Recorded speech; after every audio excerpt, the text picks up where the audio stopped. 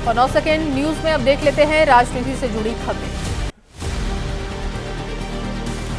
Godda seat से BJP प्रत्याशी निशिकांत दुबे के पक्ष में राजा भैया ने प्रचार किया। कहा, पार्टी कार्यकर्ताओं को किसी के पक्ष में वोट देने की छूट है, व्यक्तिगत संबंध की वजह से किसी संसदीय क्षेत्र में आया।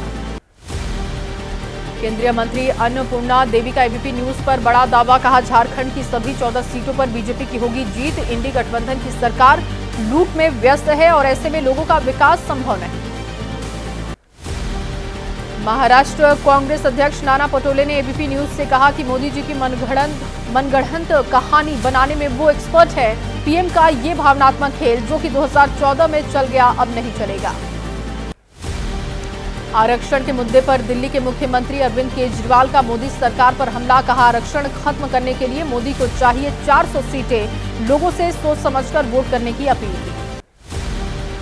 कोलकाता में बीजेपी अध्यक्ष जेपी नड्डा ने दावा किया, पीएम मोदी को फिर पीएम बनाने में पीछे नहीं रहने वाला है बंगाल। बीजेपी के पक्ष में दिख रहा एक तरफा रुझान। बंगाल में 30 से ज्यादा सीटें मिलने का अनुमान जताया।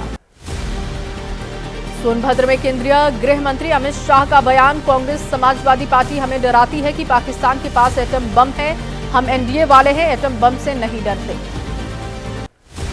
बलिया में केंद्रीय गृह मंत्री अमित शाह ने कहा, बीजेपी ने पूर्वांचल को मच्छर और माफिया दोनों से मुक्त कराने का काम किया। बूचड़ खाने की जगह जगह हमने बंद करवाकर गौशालाएं भी बनाई हैं। एसपी नेता डिंपल यादव का बीजेपी सरकार पर आरोप। कहा, केंद्र और प्रदेश सरकार अपने वादों पर खरी नहीं उतरी, इसीलिए विकास की जो तस्वीर दिखनी चाहिए थी वो नहीं दिखती। आरजेडी नेता मीसा भारती ने दावा किया, पीएम मोदी विपक्षी नेताओं पर पहले अपने दल में शामिल होने का दबाव डालते हैं, अगर तब भी बात ना बने तो जबरन जेल भेज देते हैं। कोलकाता में बीजेपी नेता मिथुन चक्रवर्ती ने रोड शो किया। बीजेपी की जीत का दावा किया। कहा, इस बार एनडीए 400 के पार है। बीजेपी के 400 पार के नारे पर बोली एसपी नेता डिंपल यादव, बीजेपी के वादों की तरह ये नारा भी झूठा। जनता अब झूठे वादों के फेर में आने वाली नहीं। समाजवादी पार्टी के नेता एसटी हसन का पीएम मोदी पर निशाना। कहा, मुसलमानों को लेकर पीएम मोदी करते हैं बयानबाजी। कभी ज्यादा बच्चे पैदा करने वाले, कभी घुसपैठिया कहकर देते हैं बयान।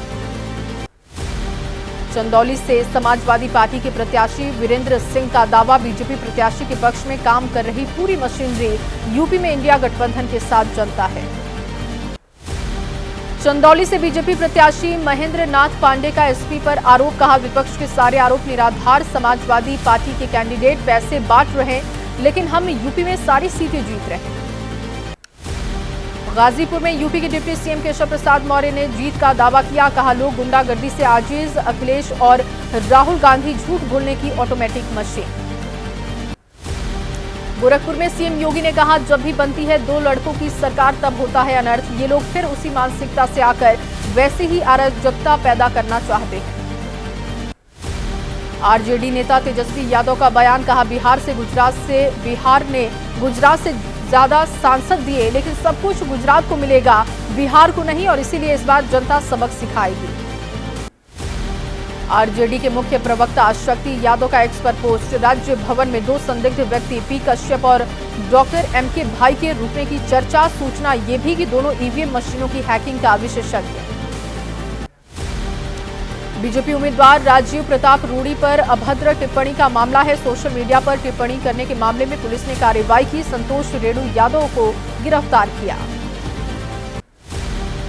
अग्निवीर को लेकर राहुल गांधी के बयान पर चिराग पासवान ने कहा, ये लोग इन योजनाओं को नहीं समझेंगे, इन लोगों को सिर्फ मटन पार्टी की चिंता। दिल्ली के मुख्यमंत्री अरविंद केजरीवाल ने एबीपी न्यूज से कहा, अमित शाह पंजाब के लोगों को 4 जून के बाद सरकार खत्म करने की धमकी देकर गए। बीजेपी के मुंह लगा सरकारें गिराने का खून। केजरीवाल ने किया दावा, अमित शाह ने धमकी दी। अमित शाह को कहना चाहता हूं कि 1 जून को पंजाब के 3 करोड़ लोग आपकी इस धमकी का जवाब देंगे। चंडीगढ़ में आप संयोजक अरविंद केजरीवाल ने रोड शो किया। केंद्र सरकार पर गुंडागर्दी का आरोप भी लगाया। सभी सीटें जीतने का दावा किया। आप सांसद संजय सिंह ने नादिर शाह से अमित शाह की तुलना की। कहा, पंजाब नादिर शाह के आगे नहीं झुका तो अमित शाह की क्या औकात। 750 किसानों की शहादत का बदला लेना है। आनंदपुर साहिब में पंजाब के मुख्यमंत्री भगवंत मान ने कहा, लोगों का बाहर से निकलना तब्दीली का संकेत, सभी सीट पर जीतेगी आम आदमी पार्टी। बीजेपी कांग्रेस यहां हो चुके हैं इतिहास।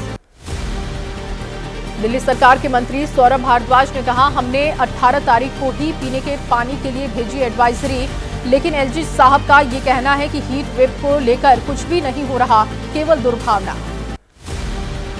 दिल्ली की गर्मी पर सियासत तेज है। कपिल मिश्रा ने एक्स पर पोस्ट कर केजरीवाल पर साधा निशाना, कहा, दिल्ली में गर्मी का 100 साल का रिकॉर्ड टूटा, लेकिन दिल्ली सरकार गायब है।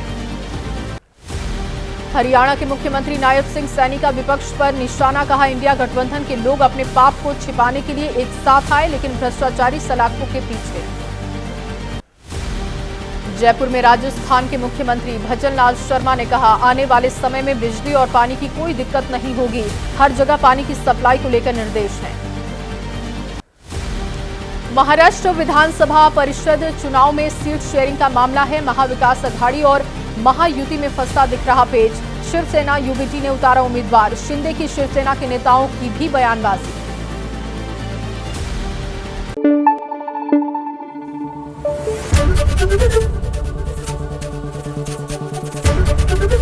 एबीपी न्यूज आपको रखे आगे।